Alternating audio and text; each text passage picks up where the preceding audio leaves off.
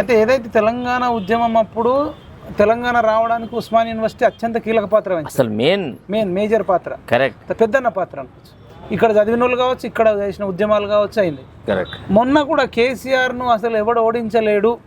Even అది కాంగ్రెస్తో కాదు, బీజేపీతో కాదు, సిపిఐతో కాదు, కమ్యూనిస్టులతో కాదు, బీఎస్పీతో కాదు అన్నప్పుడు ఉస్మానియా యూనివర్సిటీ స్టూడెంట్స్ అయిన మనిద్దరం ఎస్పెషల్గా చెప్తున్నా, అంటే మన కోసం మనం చెప్పుకోవాలి కాబట్టి, అడ్వకేట్ శరత్గా, మీరు లా కాలేజ్ స్టూడెంట్గా, మైపాల్ యాదవ్ నేను కామర్స్ కాలేజ్ స్టూడెంట్గా, అంటే చాలామంది నిరుద్యోగులను, విద్యార్థులను, ఇక్కడ చదువుకున్న వాళ్ళను మన కాంబినేషన్లో వాళ్ళను ఒక ఎడ్యుకేట్ చేసి, అదే మన తెలంగాణ నిరుద్యోగ రక్షణ చేసి అని పెట్టి ఆర్ట్స్ కాలేజ్ కూడా మీరే దానికి ఓపెనింగ్ జెండా ఊపేసి, అసలు డిఎస్సి వాళ్ళని కానీ, గ్రూప్ 1 వాళ్ళను, గ్రూప్ 2 వాళ్ళను, పోలీసు జీవో 46 వాళ్ళని కానీ, లాంగ్ జంప్ హై జంప్ బాధితులను కానీ ఇక్కడ మొత్తం ఒక ఏకతాటి చేసి ఈ ఉస్మానియా యూనివర్సిటీ మరొకసారి పెద్దన్న పాత్ర వహించి కేసీఆర్ను గద్దె దించడంలో అత్యంత కీలక పాత్ర వహించింది. ఈవెన్ ఈ నిరుద్యోగులను మనం ఐక్యం చేయకపోయి ఉంటే, ఈ కళాకారులకు మీరు నరేష్కో, లింగంపల్లి నరేష్ కానీ, వైనల రమేష్ కానీ, ఇంకా అనేక మంది కళాకారులకు వెనుక నుంచి మీరు బ్యాక్గ్రౌండ్లో సపోర్ట్ చేసి ఉండకుండా, ఇప్పుడు మాలాంటి వాళ్ళకు కూడా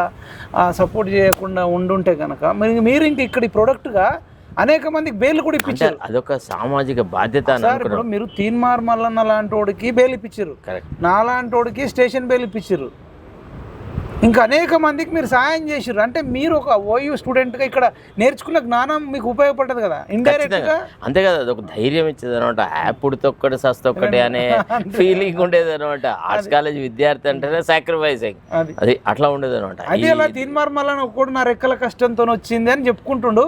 బట్ తెలంగాణ ప్రజలకు మళ్ళొకసారి మేము కూడా గుర్తు చేయాలి కాబట్టి, ఆయన ఒక్కటి రెక్కల కష్టం కాదు, ఆయన బీజేపీలో కూడా జాయిన్ అయ్యిండే మధ్యలో, తర్వాత టీజేఎస్తోనో ఇంకొకరితోనో పోయింది. సరే అది ఆయన ఇష్టం, కానీ ఒక్కోటి రెక్కలకు వస్తుందని కదా. అసలు కేసీఆర్ ఓడిపోవడం అనుకునే సమయంలో నిరుద్యోగులందరూ ఆ ప్రబలిక ఇష్యూ జరిగినప్పుడు గ్రూప్ 1 అభ్యర్థులు కానీ, గ్రూప్ 2 అభ్యర్థులు కానీ, డిఎస్సి అభ్యర్థులు కానీ, పోలీస్ అభ్యర్థులు చేసిన ఒక వీరోచిత పోరాటం అనొచ్చు. వాళ్ళకు వెన్నుదన్నుగా అడ్వకేట్ శరత్ కుమార్ సార్ కానీ, మైపాల్ యాదవ్ లాంటి వాళ్ళం కానీ, ఇంకా అనేక మంది కొద్దిమంది వాళ్ళకు అండగా ఉండి ఇది జరగకుండా ఉంటే మన కాంగ్రెస్ అనేది ఓడిపోకపోతుండే. అసలు వాళ్లకు కాంగ్రెస్కు ఒక 1-2% డిఫరెన్స్ ఉండే.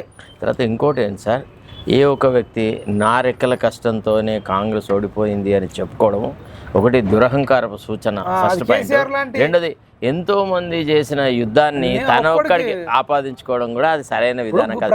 అట్లా అంటే సార్ రెక్కలు విరిచి మరి జైల్లో వారేసినారు. ఏడున్నాడు కాదు, ఏడున్నాడు అండి.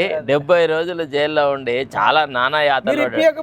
ఆ తర్వాత మళ్ళీ రెండోసారి వచ్చినప్పుడు అంతెందుకండి, మొదటిసారి ఆయన పట్టి జైల్లో వారేసేసి పీటీ వారెంట్లతో ప్రతి చోట ప్రొడ్యూస్ చేస్తున్నప్పుడు ఆయనే ఎట్లాంటి నిర్లిప్త భావనలోకి వచ్చినట్టు ఇక అయిపోయింది కథ, నా చరిత్ర అయిపోయింది, ఇక నన్ను చంపేస్తారు అనే స్థాయిలోకి వచ్చినాడు. అదే బండి సంజయ్ని పోయి బతిలాడుకున్నాడు, అదే ధర్మపురి అరంధను బతిలాడుకున్నారు, తర్వాత భారతీయ జనతా పార్టీలో చేరిన, ఇట్లా రకరకాల అమిత్ షా కూడా బతిలాడుకున్నారు. ఆయన పెద్ద యోధుడు కాదు, ఏం పెద్ద కొట్లాడేదో రక్తం చిందించిన వ్యక్తి కాదు. ఒక రకంగా వాళ్ళకి సరెండర్ అయిన ఒక దశలో అసలు రెండోసారి ఎప్పుడైతే ఆయన మీద అటాకులు జరిగిందో ఆయన నా దగ్గరికి వచ్చి అడగడము, ఆ తర్వాత జరిగిన దాంట్లో ఆయన నా దగ్గరికి వచ్చినాడు. నేను అప్పుడు చెప్పినాను, ఇక నువ్వు ఉద్యమ బాటలో కనుక ఉంటే కేసీఆర్ యొక్క రాజకీయాల మీద అటాక్ అంటూ చేస్తే నువ్వు చేసే యుద్ధంలో నీకు కంటికి రెప్పలా కాపాడుతాను. అట్లనే ఆయన వెంట ప్రభుత్వం పడిపోయేదాకా మీరు వెంటున్నారు. కేసీఆర్ ప్రభుత్వంగా సార్ మొన్న ఎన్నికలై రిజల్ట్స్ వచ్చే వరకు ఉన్నాం.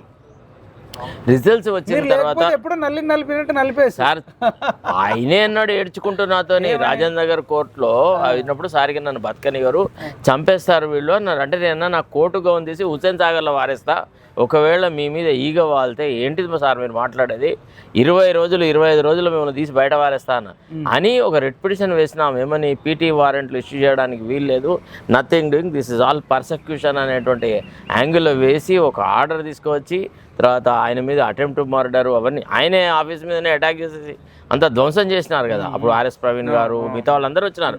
చాలా మంది వచ్చి మల్లన్నకు సానుభూతి, ఈవెన్ సీతక్క వచ్చి సానుభూతి చెప్పింది. చాలా మంది ఉద్యమకారులు, తర్వాతగా ఉద్యమం పట్ల కొంత రాజకీయ ప్రేరణ ఉన్న వాళ్ళు అందరూ వచ్చి సానుభూతి వ్యక్తం చేస్తారు. అట్లా నా ఒక్కడి వల్లే వచ్చింది అనేటువంటి మాట అది దురహంకారం. ఇప్పుడు ఎట్లుంటుంది అంటే ఉద్యమంలో అందరినీ కలుపుకొని పోయే స్వభావం ఉండాలా.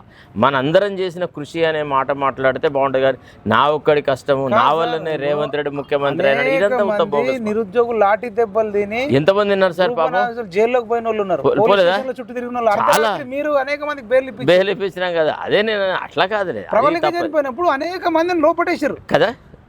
మరి కోర్టులో కేసులు వేసిన వాళ్ళు ఉన్నారు. అదే కదా. జీవో 46 వాళ్ళు ఎంత విరోచిత పోరాటం చేశారు. వాళ్ళ వెనకాల మీరు లేరా? నేను లేనా? అంటే మనమే చెప్పుకోవట్లే, మా పాత్ర ఉందని చెప్పుకుంటున్నాం కానీ మా ఒక్కరి వల్ల మేము చెప్పుకోవట్లేదు. అట్లా ఎవరి వల్ల, ఏ ఒక్కడి వల్ల ఏం రాలేదు. స్వతంత్ర సంగ్రామం ఇచ్చినట్టుండు, అది వేరే కాదు సార్ ఆయన సంగతి. అది మన ఇప్పుడు ఏంటంటే ఒకటి ఏంటంటే కొంత ఫ్రస్ట్రేషన్లో ఉన్నాడు ఆ మనిషి. అంటే ఎట్లా అంటే తను ఏదో ఆలోచించినాడు, అదేదో జరిగిపోయింది. అంటే అనాలోచితమైన చర్యల వల్ల తన యొక్క ప్రాశస్త్యాన్ని ఆయన తనే తగ్గించుకున్నాడు. కొంత జాగృతతో ఉండేది. ఇవాళ ఏదైతే రేవంత్ రెడ్డితో ఆయనకి ఎదురు దెబ్బ అయితే తగిలిందో, ఈ విషయం నేను ఎన్నికల రిజల్ట్స్ వచ్చినాడే చెప్పినాను. అంటే రిజల్ట్స్ రాకముందు మేము ఎలక్షన్ క్యాంపెయిన్ అంతా కంప్లీట్ చేసేసి హైదరాబాద్కి వస్తున్న దశలో నాకు మల్లన్నకు మధ్య ఇదే కాన్వర్జేషన్ జరిగింది. సార్ మరి మళ్ళా బీఆర్ఎస్ఏ కనుక అధికారంలోకి వస్తే మన బతికి ఏం గాను మనని నలిచేస్తాడు కదా కేసీఆర్, అది ఎట్లా, ఇది ఎట్లా, కాంగ్రెస్ గెలుస్తుందా గెలవదా అంటే నేను ఖచ్చితంగా చెప్పిన, ఖచ్చితంగా కాంగ్రెస్ గెలిచి తీరుతుంది, రేవంత్ రెడ్డి ముఖ్యమంత్రి అవుతాడు. కానీ మళ్ళన్న రేవంత్ రెడ్డితో నువ్వు కానీ నేను కానీ మనం అడ్జస్ట్ కాలేము. ఆత్మాభిమానం ఉన్న ఏ వ్యక్తిని రేవంత్ రెడ్డి దగ్గర రానియడు. చాలా ప్రమాదకారి అయిన రాజకీయం వస్తుంది చూడు, నువ్వు కేసీఆర్ పరిపాలనే బాగుంది అనే రోజు వస్తుందని చెప్పిన. మళ్ళీ నన్ను గుండెమే చేసుకొని చెప్పాను, ఈ మాట నేను చెప్పినానా లేదా. ఈవెన్ నేను కూడా అన్నా కదా సార్, మళ్ళీ కేసీఆర్ గెలిస్తే ఎట్లా సార్ అని మీతో కూడా అంటే మీరు కూడా చాలాసార్లు ధైర్యం చెప్పారు. మైపాల్ నీకు ఏదైనా ఉంటే మన ఇంటికి రా, మనతో ఉండు, కరెక్ట్, ఏదైనా ఉంటే మనం చూద్దామన్నారు. అంటే ఒకవేళ కేసీఆర్ కూడా వచ్చి ఉంటే అడ్వకేట్ శరత్ సారథి లేచిపోతా, మైపాల్ యాదవ్ కూడా లేచిపోవు, దాంతో పాటు మల్లన్న కూడా లేస్తుండేనేమో. మల్లన్న లేస్తుండేనో లేకపోతే ఆయన బీజేపీలో జాయిన్ అవుతుండేనో మనకు తెలియదు కదా. ఎందుకంటే ఆయన ఇప్పుడు ఒక్కటి ఏంటంటే కాసేపు ఎండ వేడిమికి తట్టుకోలేని వ్యక్తిత్వం పట్టుకొని నా వల్లనే అంత జరిగింది అని అంటే అది మరి నీకు లక్షల కోట్లు డొనేషన్ చేసిన వాళ్ళ పరిస్థితి ఏంది? నీకు బెయిల్ ఇప్పించిన అడ్వకేట్ల పరిస్థితి ఏంది?